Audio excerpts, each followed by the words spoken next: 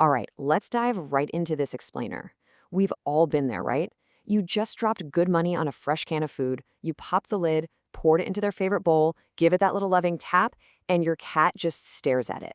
Like they look at the bowl, look up at you, and give you this expression like you've just insulted their ancestors. No curiosity, totally uninterested. And honestly, as a loving owner, it drives you absolutely crazy. So, the million-dollar question: why do they lean in, give it that thorough sniff, and then just walk away? I mean, especially when this is the exact same cat that practically inhaled this exact same brand yesterday. What on earth changed between yesterday and today? And, this is the part that just completely short circuits our human brains. They are hungry. You know they are. They've been following you around the kitchen, screaming at you, weaving through your legs, but still, no bite. It feels deeply personal, doesn't it? Kind of like a rejection. You're standing there watching them circle the bowl, waiting for them to just eat already, but they turn their back. To figure out what's actually happening here, we literally have to look past the food bowl. And this brings us to a massive paradigm shift. See, when we humans sit down for a meal, our brains are basically just focused on satisfying hunger and enjoying the taste. It's comfortable. But a feline's brain, it's wired by evolution to treat eating as a highly, highly vulnerable act. For them, it's not just a quick snack, it's deeply tied to safety, scent, environmental awareness. So what's happening in your kitchen isn't actually about the food at all. They aren't refusing the flavor, they're refusing the meal because something about that specific moment just doesn't feel completely secure.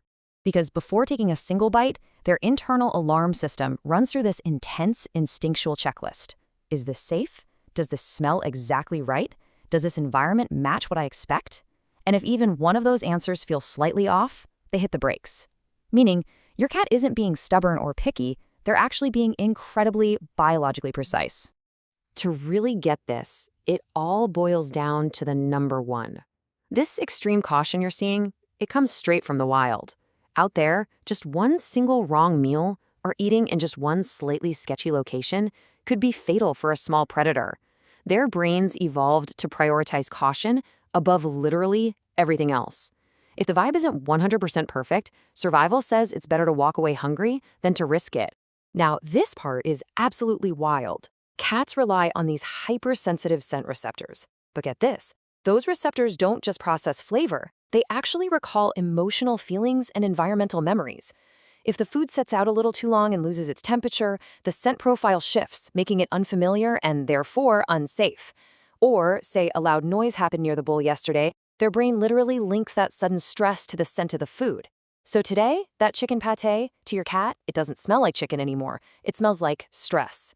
And on top of that, cats process their physical space by mapping out literal safety zones. They don't just eat anywhere. They have specific, pre-vetted areas in your house where they feel secure enough to let their guard down. Which means if you buy a shiny new bowl, or even just nudge their feeding mat 2 feet to the left, you can completely blow up their mapped sense of security. To them, the geography changed, and they have to start the assessment all over again. This is exactly why placing bowls in quiet, low-traffic areas is absolutely crucial to minimize that environmental stress.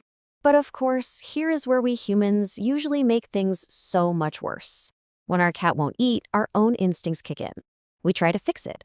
We immediately swap the wet food for dry, we nudge the bowl closer to their face, we hover over them, watching them like a hawk. We use that soft, encouraging voice saying, "Come on, buddy, just one bite." We're basically doing exactly what our human intuition tells us to do when someone we love isn't eating. But what does all that well-intentioned hovering actually create? Pressure. Without even realizing it, all our coaxing and nudging adds this intense psychological pressure to the room.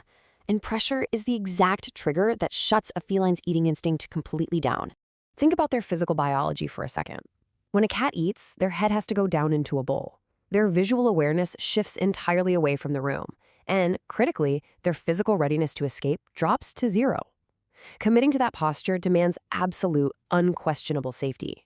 So when we stand over them, projecting all our anxious energy about whether or not they're going to eat, we completely shatter that safety.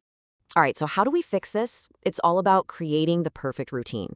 Step 1, place the food in a quiet area, well away from the household chaos.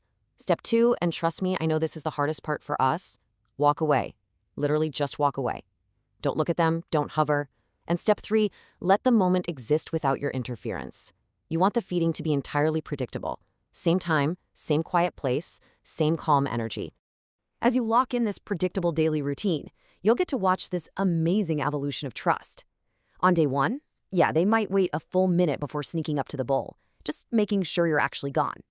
But by week one, you'll notice the hesitation fading. Those skeptical long sniffs get way shorter. And long term, their natural instincts fully return. They'll walk right up and eat immediately because the environment is finally predictable enough to let them drop their guard. And the reason this works is so simple. Through that quiet, pressure-free routine, your cat internalizes one powerful belief. This moment is safe. You've taken the food bowl, which used to be this stressful zone of uncertainty and human hovering, and transformed it into something deeply familiar. That predictability builds long-term security. That's what their brain was searching for the whole time. So ultimately, it comes down to this. The whole idea of your cat being a picky eater is probably a bit backwards. It's really not about finding the perfect food. It's about creating the perfect moment. Think about it. When they finally decided to eat, it was almost never the specific brand of food that did the trick. It was the deep trust built through consistency. Once the moment feels right, almost any acceptable food becomes acceptable to them again. So, next time your cat sniffs their bowl, pauses, and starts to walk away, before you immediately reach into the pantry for a different flavor, just pause. Ask yourself, am I going to change the food or am I going to change the moment? Remove the pressure, build the routine, and you just might find that the ultimate secret to their appetite was your absence all along. Thanks for joining me on this explainer, and I really hope this helps you build an even deeper bond of trust with your feline friends.